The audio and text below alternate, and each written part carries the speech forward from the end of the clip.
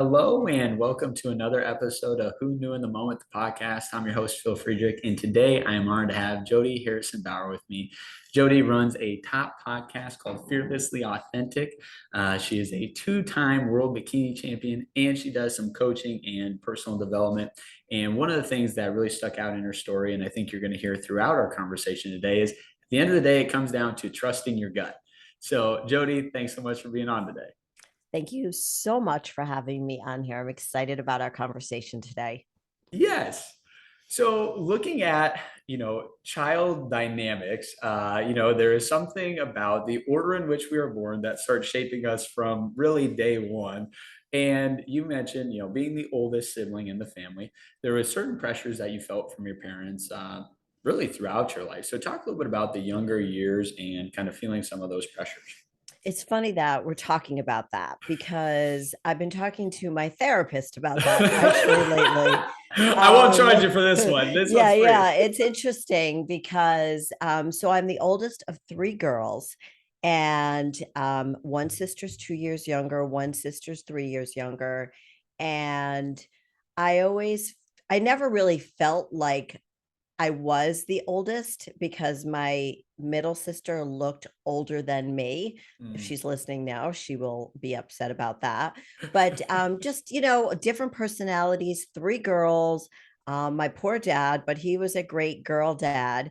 And, after as my parents got older, Yeah. and it wasn't until my sisters and I were older that I realized how much of a big sister I was. I didn't Mm. know that I was being a big sister to them, but I am a natural nurturer, but I'm Yeah. also the kind of person that says, I'm going to nurture you, but then you gotta be somewhat independent. I'm not a Yeah. coddler. And that's Mm. how I raised my daughters also.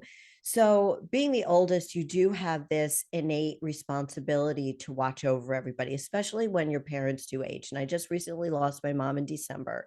And I Yeah. realized that not only do I have two daughters, now I have two more daughters, my sisters, because they're really looking to me to now be in charge of the family. We don't have anybody else left. So, and I also think that, my ex-husband was the oldest, and I think that's why we butt heads a lot because you're used to sort of doing things your way, right? Yeah. Right. Yeah. And then there are, I remember knowing so many kids who were middle children, including my sister, and they were just a little different than the oldest and the youngest.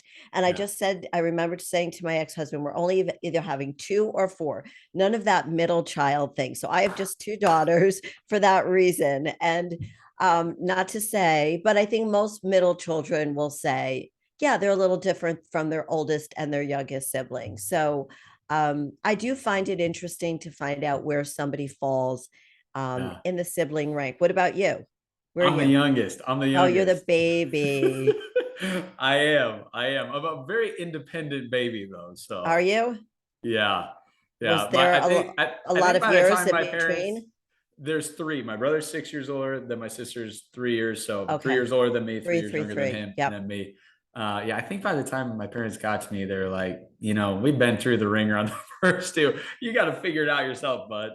It's so true. And I even talked to my little sister about this. By the time she was born 5 years after me, Yeah. when you're growing up, 5 years is a big, big difference. Yeah. And so I truly believe my parents felt the same way, that by the time Marcy came along, they were like, yeah, just figure it out. Yeah, for the first one. And I think that's why the oldest is also a little, maybe call us OCD, a little particular in the way we do things, is because our parents didn't know what they were doing with us. Yeah. And they might have been a little OCD about everything they did with us, right? So, Yeah. yeah, it sucks to be the firstborn if you are the first because we don't know what the hell we're doing. I love it. Now, growing up in a household of girls, right? And I mean, your dad, but a household of girls, after you're going through high school, you eventually decide that you want to go to a college and you pick a all girl college. So, talk about that. Oh, wow, you really did your research. I appreciate that. Thank you. You know, all right, I'm going to give you the honest answer why I chose that school. Yeah. My boyfriend in high school was an Ivy leaguer. He was a scholar athlete. So I Mm. was a cheerleader. He was a football player. He was captain basketball and baseball or something like that. So he was recruited to every Ivy League school. Yeah. He had a family legacy of going to Dartmouth. Mm. So my grades were not good enough to get into Mount Holyoke, which is where the girls went. Got it. Girls went to Mount Holyoke, the boys went to Dartmouth. So I chose Simmons College, which is still all women, by the way, which I love. And because it was in Boston, and really because I wanted to impress him. We broke Yeah. up, obviously freshman year. Of course we did, right? Um, Yeah. but here's the deal. Every year I thought about, what am I doing here with all of these women? It's kind of an emotional thing because in high school, I you know, I got away with being pretty. Mm. I had good grades. I was like a B plus student. I had extracurricular activities. Back then, you guys, extracurricular activities meant something. And that's back in the day when you actually went to the school and had an interview in person. I think they do that sometimes still. Yeah. And I knew that deep down, one of the things we talked about before we got on air, we don't know why we make those decisions until we're in that situation. So I made that decision because I thought I wanted to impress my ex-boyfriend. Then Yeah. I'm there and I'm wondering, what the heck am I doing here? But at least I'm in Boston. Even though I grew up as a Giants fan and a New York fan, but that's another story. And my father said to me, Jodi, don't you dare step foot in Fenway Park. Don't you dare. I will disown you. I will disown you. I'm like, but daddy, like it's part of orientation. I have to go there. He's like, You're Jodi, sick that day. yeah, right. I'm sick that day. Exactly. So here I am at Simmons College, and I'm learning so much about Jodi as a human Mm. being. Not Jodi what she looks like, not Yeah. Jodi what boys are attracted to you, not what boys you're attracted to, but I'm making real friendships with amazing women. And I'm so grateful that I stayed there. And I'm so proud to say that I graduated from Simmons, now university, but then Simmons College, um, for that reason. And I, when my daughter was looking at colleges, my oldest one of them mentioned Simmons to her, and she's like, no way. Of Mm. course, she's going to say no way. I get it. Who chooses to go to a women's college these days? Probably nobody. So, but I'm grateful that I went through it, and the friendships that I have, I'm still just so grateful. They're different than any relationships that I have with anybody else. Yeah. Now, a point you made that I think is worth highlighting is, oftentimes when we have something that we're excelling at or we're getting outside affirmations from, it's easy to kind of cover up some of the other things that maybe we don't want to tend to. So you mentioned, hey, I was good looking. So in high school, I had a lot of attention for the way I looked, my physical appearance, which Right. oftentimes means, well, maybe I don't have to focus on this area of my life. I can get by with it. And once again, Right. we're talking about it in the confines of looks and appearance, but it could be, hey, I'm good at my job, so I don't worry about these things, or whatever it Yeah. is. So talk a little bit about being willing to put yourself in a spot where you really did have to spend time focusing on yourself. Yeah. Well, what I realized was there were a lot of women at the school who were way, way, way, way, way prettier than me, obviously. And of course, my daughter is like FaceTiming me in the middle of this interview. I'm terribly sorry.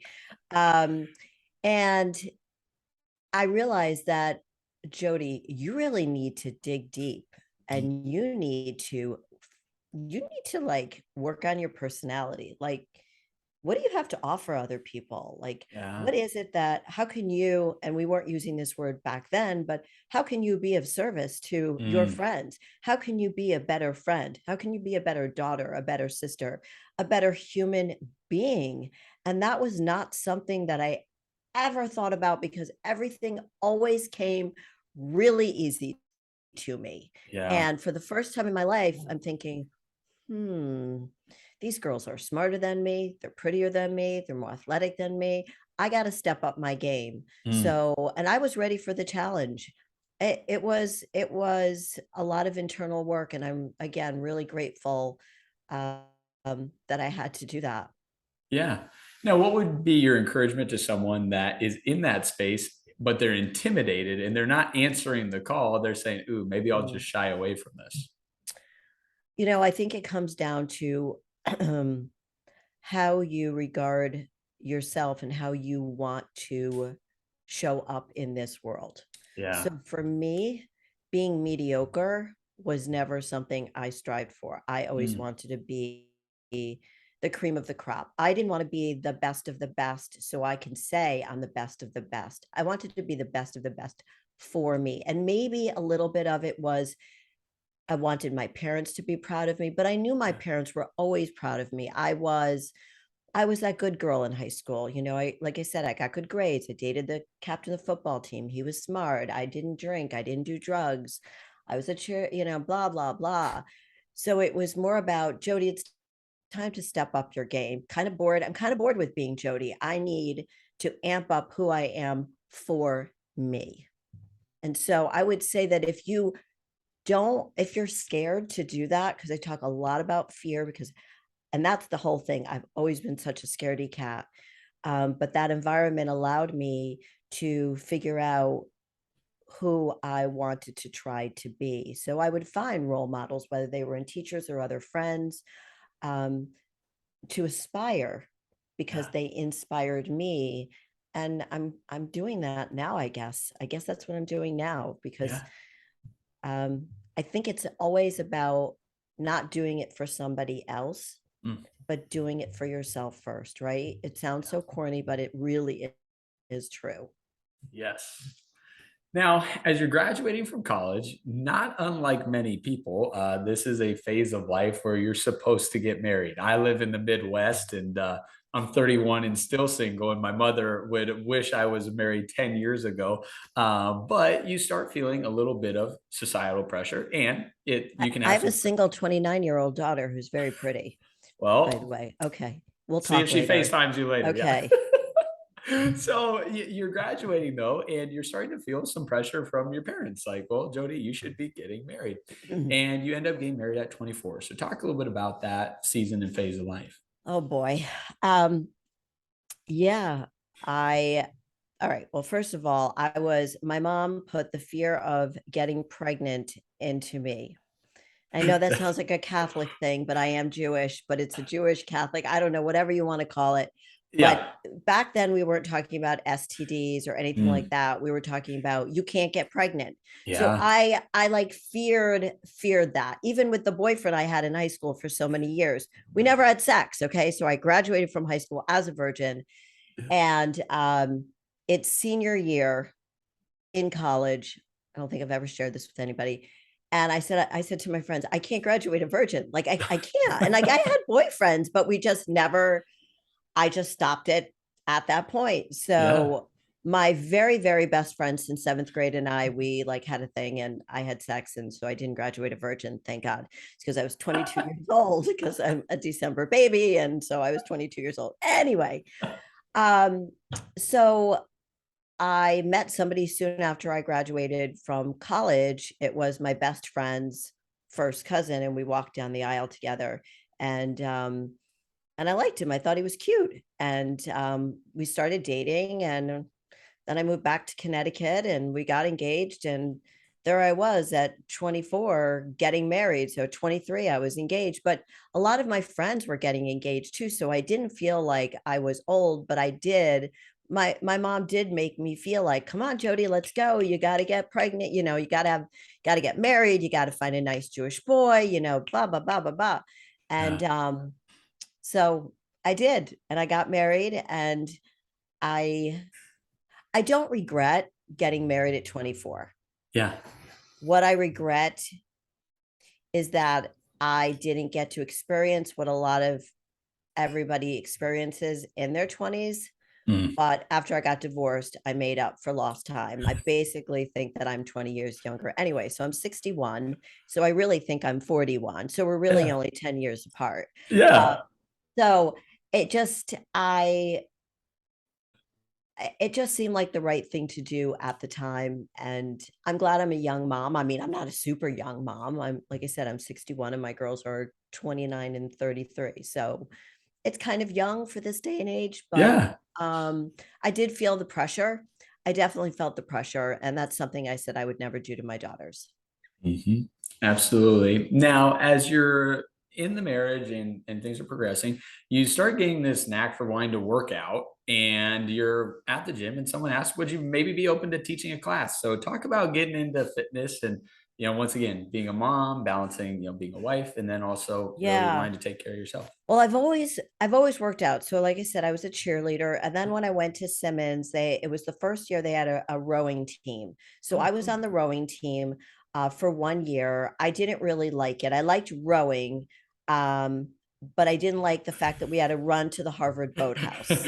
I hated it. I still hate running. I don't do it as a form of cardio. um I stopped doing it, and I wanted to get back to dancing ballet, so I danced for 12 years. And so I my mom made me believe that I could be a prima ballerina. Now I'm like 19, 20 years old now, so I'm aware of the fact that I'm not built like a prima ballerina. I'm 5 feet tall and I do not have long limbs. But I went back to dancing. um I felt really awkward. I stopped that and I started finding, I lifted weights a little bit in high school, but I found that in the gym, and there were only places, it was called Gloria Stevens, it was just for women. Um, I felt very powerful and very, Mm, very strong. yeah. So I kind of intermittently worked out. It was part of my life and staying healthy and so on. I didn't eat super healthy, but I never had like a weight issue. So anyway, um, I worked as a buyer, got pregnant, and had my first daughter in 1989, and hit the gym. I gained 45 pounds with her, and she only weighed 515. So I was really big, but I lost all the weight in 12 weeks. I Wow. went to what is it called? Weight Watchers. Yeah. Went to lose my last 5 pounds with my baby in the carriage. And they said, we don't think you need to be here. And I'm like, yes, I need to lose these 5 pounds. Long story short, hit the gym. Because I am coordinated and athletic, they reached out to me and they're like, hey, you're really good at this. Do you want to start teaching here? And I thought, sure. Yeah. Yeah. I'll get certified. And that's really where my whole fitness career began. I always loved working out. I always felt really powerful. So, like when I was dating my ex husband, I was living in Boston, he was living in Connecticut. Every single day, without a doubt, every single day, I went to the gym. So, Mm, working out has been a part of my life for 40 years. It's yeah. not something that, I didn't work out a lot while I was pregnant.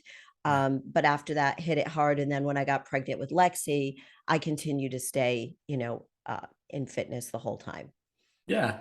Now, talk about the balancing act of there's something to be said about really, taking care of your body, right? I mean, if we want to live a nice, long, healthy life, that has to be part of the equation. The other part that we kind of mentioned earlier, though, is not getting so wrapped up in our physical appearance that becomes our sole focus, right? There's that balancing act of it's good for me, but I also, you can have a cheeseburger if you want a cheeseburger. So talk about living in the balance of those two things. All right. Well, understand. So it's 1989 and Snack Wells comes out. Everything is sugar free. Everything is sugar free. So I even knew back then, even before I have all the education that I have now, that there was something weird about like eating anything you wanted because it was sugar free, and then it would make Yeah. you feel sick and you would be on the toilet all day. And I remember my ex-husband and I just like eating lines of Snack Wells. I don't even know if it's on the market anymore. Anyway, so I received a lot of flack. Speaking of balance, a lot of flack from, again, my ex-husband, and my mom and my ex-mother-in-law and my friends going, why are you working out so much? This doesn't Mm, make sense. Why do you teach classes? Like, who does this? And yeah. why do you eat like 4 to 5 times a day? That's really weird. Nobody understood me. They thought I was crazy. I wasn't bothering anybody. My Yeah. children were in school, so that was the balance. I would go and work out while my children were in school. And if when they were little, I had a babysitter. I was lucky enough to have a babysitter to come over because I decided to my ex and I decided that I would be a stay-at-home mom for Yeah. lucky. I was fortunate to do that. So I wasn't bothering anybody because girls were good. Everybody in the world was good, but everybody was very concerned about why I worked out so much. They didn't understand it. It was the 90s. People didn't understand it. They Yeah. thought it was for bodybuilders. I was going to start looking like a man, blah, blah, blah.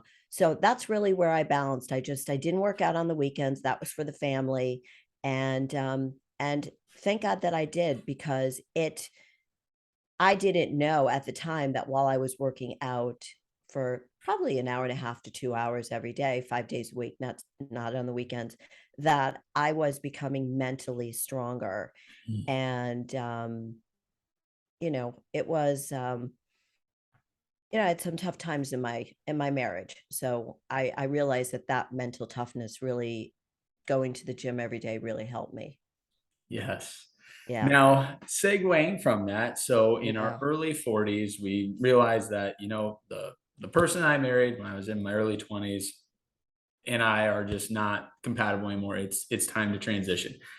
It Yeah. doesn't matter. That's always a tough choice. Talk about going through the divorce and just, I know you said, hey, after the fact, I realized it was a liberating decision, but talk about going through that. It was a really, really tough time. I I started feeling like I was suffocating. I had these Yeah. two beautiful, healthy children. I did suffer two miscarriages in between the two Mm. girls, which is why they're almost 4 years apart. I wanted 3 years apart, but somebody had other plans for me. And my girls are great, but I feel very unfulfilled. And I wasn't quote unquote allowed to work. Mm. And so I volunteered and I did things like that, but I was very unfulfilled. I remember being, it's so embarrassing to you, at the country club, and Yeah. hearing all these women talking about certain things. And I'm like, get me out of here. Like, I should be so grateful that I have Yeah. this amazing life, right? But there was something inside of me, and I think a lot of men and women feel this way, that even though they may love the person that they're married to, they're not necessarily being treated the way they Mm. want to be treated. They're being Yeah. told to be seen and not to be heard. Um, you know, um, and it wasn't the way I wanted my daughters to see me as their role model. Mm. And as a parent, whether you have boys or girls, the dad and the mom are both important people to your Yeah. boys or to your boys and girls. And I wanted to show my daughters who I really was, because the only woman they were seeing was someone who was being told to be quiet by their father, Mm. to be seen and not heard, and that I didn't have a say in the way they were being brought up. Wow. I just was to appear, look pretty. There goes back to looking pretty. Yeah. Look pretty, say nothing, because you know what, Jodi? You really don't have much to say, but Mm. take care of the girls and you are a good human being. That's it. But other than that, it was stand by your man or and just be quiet. And I couldn't do it. I Yeah. couldn't do it. I was suffocating. And I remember going to see a lawyer and he said to me, Jodi, I was like 41. Do it now because I don't want to see you come back in 10 years at 51 and say you're in the same situation. Because of course he knew that nothing was going to change. And I Yeah. didn't want, I had already gone on Zoloft. Oh. And so I started feeling like I'm going to be a sedated mom Yeah. and I'm going to be a shit ass mom to these girls. And I don't want to be that woman. I want to show them the strong woman that I am. Like, I didn't work this hard to go back so far. Like, I'm not doing it. So that was really, that was really it. There was, yeah, that it was hard. It was the hardest decision I ever made. It was the scariest decision I ever made because I'm embarrassed to say my whole life, somebody was always taking care of me. Mm, Ladies, don't let that happen to you. yeah. So, like I mentioned at the beginning, you said, Phil, I trust my gut, right? Yeah. When I feel like it's the right choice, I follow that. Even when there's outside perspective, maybe saying don't do it or do it, you got to trust your own gut. Now, you also mentioned once that happened, it really gave you permission to navigate yourself again, right? Really find out and become who Jodi has become today, and you're continuing to become. But you were having a conversation with a friend that's been a longtime friend, and you said, I just feel like I'm gonna do something that has to do with like my physical, right, and How whatnot. do And you so know this? How do you know this information I've been about doing my me? research. I've been Oh doing my my research. goodness. Wow. Okay. I'm really impressed. Go ahead. And so that segues into this world of bikini competition. So talk a little bit Mm. about kind of how that whole transition comes to be. Yeah, now it gets to be fun. So I get divorced. It's really hard. Yeah. Now it's who the hell is Jodi? Who Mm, the heck is Jodi? I don't know, but I did know that I was genetically blessed with a symmetrical body mm, that I had been taking care of for a long time. I still knew I was attractive for whatever reason. It was still a good thing. As I've told my daughters, you're genetically blessed, but if you have nothing intelligent to say, the door is going to slam on you. mm, So always be smart, always have something intelligent to say. But your looks, sorry, they do help to get you in the door. And so I decided to, yes, I told my very best friend that, I know I'm going to be doing something, and I know my body is going to be the thing that helps to pivot me to the next step. So I'm working out one day, and somebody comes up to me and says, have you ever thought about being do you compete? That's what they said to me. Do you compete? And I'm like, I looked around. I was like in a big box gym looking around. I'm like, am I on Candid Camera? They were young, so they didn't even know what Candid Camera was. And so they were like, no, you're like in great shape. You should think about competing. I'm like, yeah, yeah, yeah, yeah, yeah.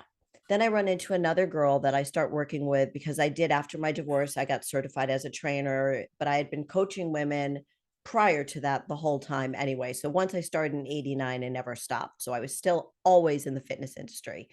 And somebody else said that to me. And I said, all right, universe, where am I supposed to go? So I found a coach. Her name is Kathy Savage.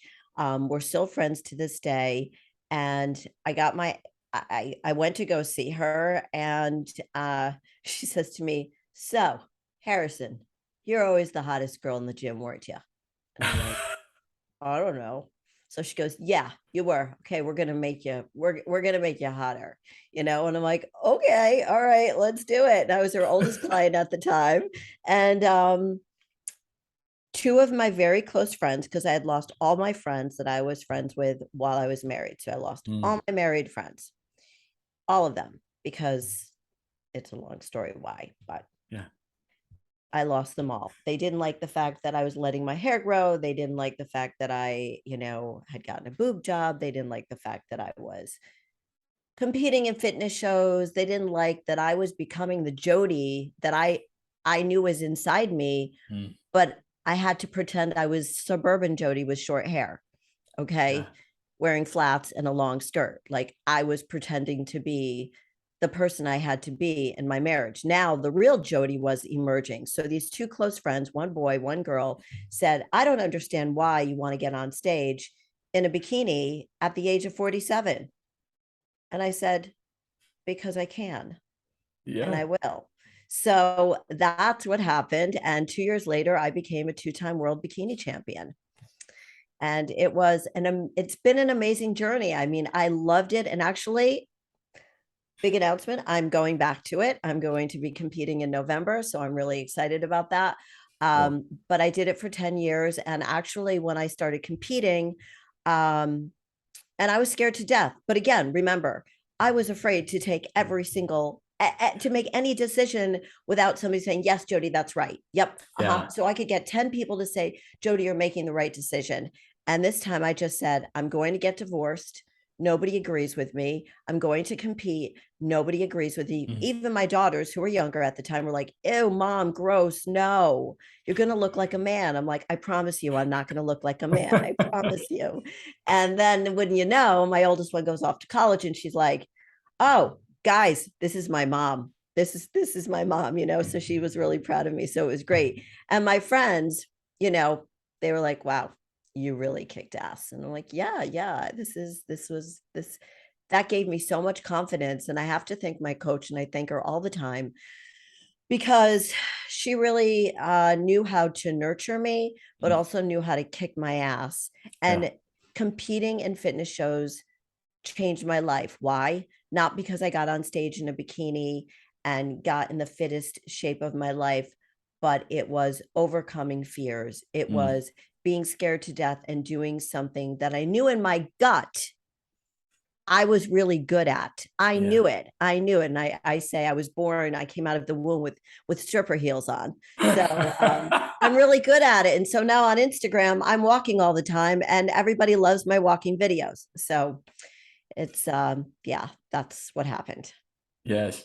Now, talk a bit about the confidence that comes from, I mean, just putting yourself out there, but then also really realizing that like I'm good at what I'm doing, right? I think there's a sense of confidence that can come in the process of developing that. The competition world is tough. A lot of people do it for a long time. So to just start, later in life, you've got a upward hill that you're trying to go against there. Yeah, that confidence thing. I came out of my marriage with no confidence and no Mm. self-esteem.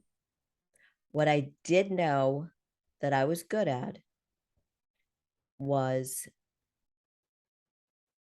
working out. I know that Yeah. sounds so dumb, but I knew how strong I was, and I knew how mentally strong it.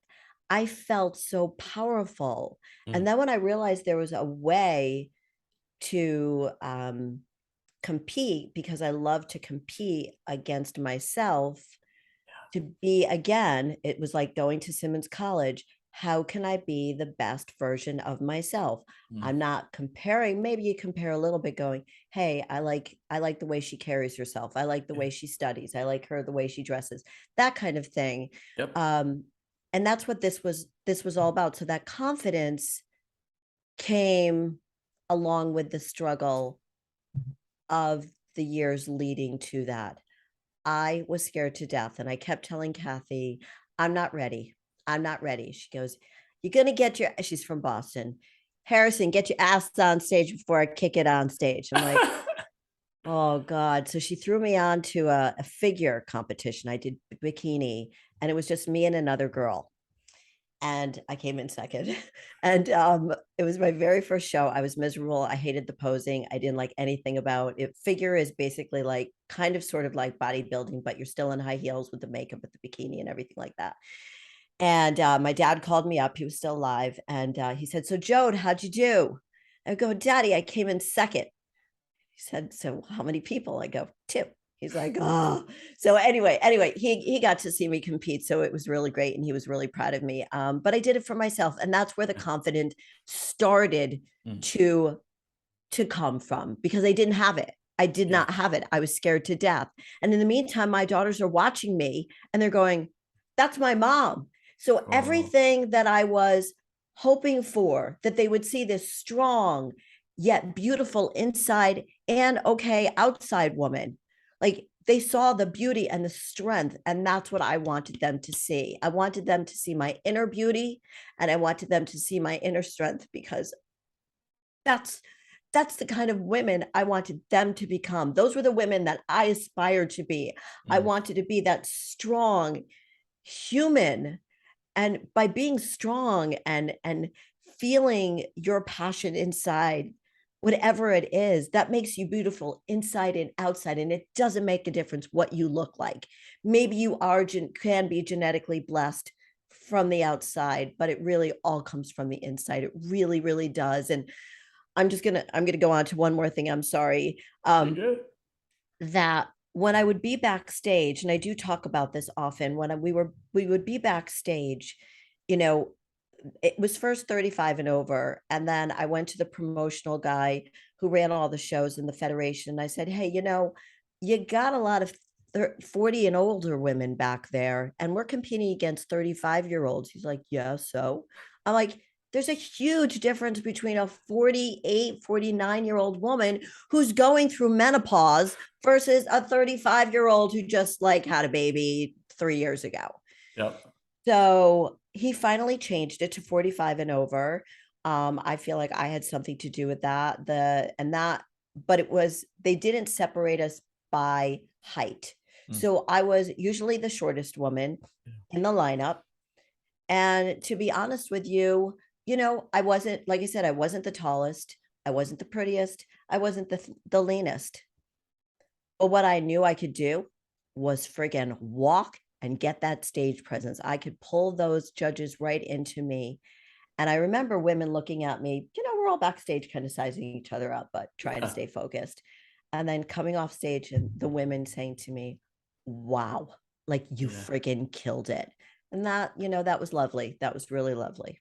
Yes.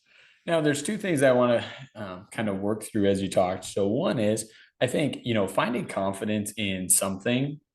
The beauty of if you can find confidence in one aspect of your life, you said, hey, I was good at working out, is that the properties that it takes for you to become good at working out can be transitioned to so many areas of your life, right? I mean, the things that made you good was one, you had passion towards it.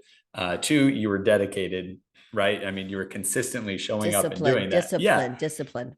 Yeah. And so, all right, well, if I took those two things and I apply it to anything in my life, I'm going to get better at it, right? I may not be as good at it just naturally, but if I apply those two things, I can be great at anything that I'm trying to do. So it's really good to learn that in something you feel comfortable with. Now, so go Yeah, ahead. the discipline is huge. That's really what takes you to that successful moment. Yes. Now, the second thing I would have a question about is anything that is a pro has a backside weakness. So you talk about, I get out of my divorce, I'm really working on myself, I'm confident, I want to make sure that I never put myself in a spot where I need somebody again. But that can also be a barrier, right? So if I'm trying to progress into a next relationship, now I've got these really high walls built up. And I say, well, gosh, I've been able to do it my way by myself for 10 years. What do I need that person for now? So talk about kind of that healthy amount of it, right? Enough where I'm not reliant on someone, but not so much that it's keeping anyone from getting it. That's an interesting question. So I dated like crazy after my divorce for a good 5 years. Dated like crazy and just getting to know myself. Yes, having a lot of sex because I had sex one time with one person until I met my ex-husband. So I needed to like figure out who I was in every way, Mm. as a sexual being as well. And women really are at their sexual height in their 40s. And then I did meet somebody, and it turned out to be I remember specifically him saying to me, "Hey, Jodi, um, if you're looking for somebody to take care of you, I'm not your person." And Mm. I thought, whoa, nobody's ever said that to me before. And I really wasn't looking for anybody to take care of me. And he took it to the extreme. I ended up being in a relationship with that person for a long time. It turned toxic, Mm. um, and it ended and everything else. But that has been that was another journey in itself, Yeah. because having the passion to meet somebody, having the discipline, having the dedication, having the confidence, I had all those things to put into a relationship. But to be honest with you, in looking back, I think the reason it didn't happen until my late 50s is because I was focused on me becoming whole again. And Mm. that's probably why that other relationship didn't work, because I needed to focus on me, and my daughters were in high school and college, and Yeah. I also wanted to be there for them. So I think that when you do put the discipline, not discipline, but you put the time, which is discipline. I mean, every Yeah. relationship needs attention, otherwise it dies. So timing has a lot to do with it, right? And so finally it was the right time for me to meet somebody, and he just showed up out of thin air, and that's who I'm married to right now. I love it. Now, as the competitions are going on, Mhm. we hit 50s, and your daughter says, "Mom, you should think about this Sports Illustrated thing." And that opens up a whole new can for you. So talk a little Oh bit my about, goodness. I mean, stepping out in boldness on that. Yeah. So after I won my second consecutive world show at 49, at 50, I opened up JodiFit.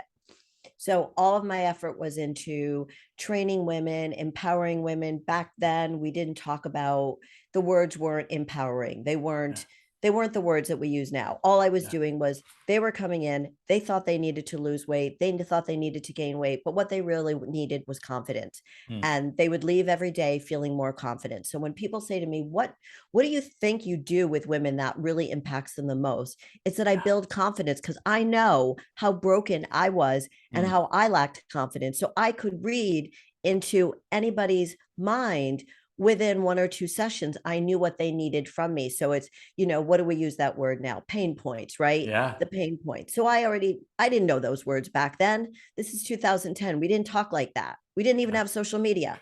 So like I couldn't even get any of this, you'd have to look it up in a dictionary with pieces of paper. So I just did what came naturally to me, which was I built up their confidence. Yeah. We talked about sex, we talked about raising children, we talked, because everything that they were going through, whether it was trying to get pregnant, having a miscarriage, being engaged, being married, getting divorced, losing a parent, I had been there already. So I knew how to help them. Wow. So my whole life was dead. So I was still competing, by the way, Yeah. up until my mom had a stroke when I was 56. That was the last time I got on stage, and I ended up placing second in a world show at 56, and I lost to a tall blonde. So when I lose to a tall blonde, I feel like I won, because I'm the short brunette, because I said that, they had no height restrictions in Yeah. 45 and over. Anyway, um right. So at 58, it wasn't until my late 50s, that's when my youngest daughter Alexis says to me, I had just gotten married, and she's like, "Mom, you know, I think you should try out for Sports Illustrated Swim. They don't have anybody who's over 55, and I don't know anybody who could walk or talk better in a bikini than you." And I'm like, "No way, Alexis, I'm not doing it. I'm done. I'm done." She's like, "Come on, Mom. They're doing an open casting call." I'm like, "Oh." So I did it because my daughter asked me to do it. And I thought, Yeah. why not? So are you still there? Okay, we Yep. froze for a second. Okay. So I thought, why not? Let me do it. And as I'm doing the promo shot, I'm thinking, what am I doing? What am I doing? Fast forward, I don't get picked for the first round. So if I want to continue the competition, I've got to go down to Miami, which is where my other daughter lives. So I don't want to go. I'm like, this is ridiculous. It's ridiculous. It's ridiculous. I'm not doing it. She's like, "Who are you? Put on your big girl pants and get down to Miami and do this." I'm like, "Oh, I guess I've done a good job raising her, because she's calling me out on my own shit." So, anyway, went down to Miami. It was raining. It never rains in Miami, very rarely, but it was raining, standing outside for 6 hours. I'm with my oldest daughter, who never really came to a competition, maybe once or twice. It was my youngest who came with me all the time. So she Yeah. knew what it was like for me to be backstage and waiting and waiting. And meantime, Alyssa's like, who are you? You're like so patient. You're standing out here with all of these women. Mind you, these women, there were 10,000 of them. There were 10,000 women more than half my age. My daughter was 30 at the time. She looked like a grandma next to them. So I look like great, great, great grandma next to them. And I know they were all looking at me like, "Yo, grandma, what are you doing here?" So from there, you have a 1 minute interview with one of the models. You tell them why you're there. They love my story. That night, I get a call from SI telling me that I made it to the top 60.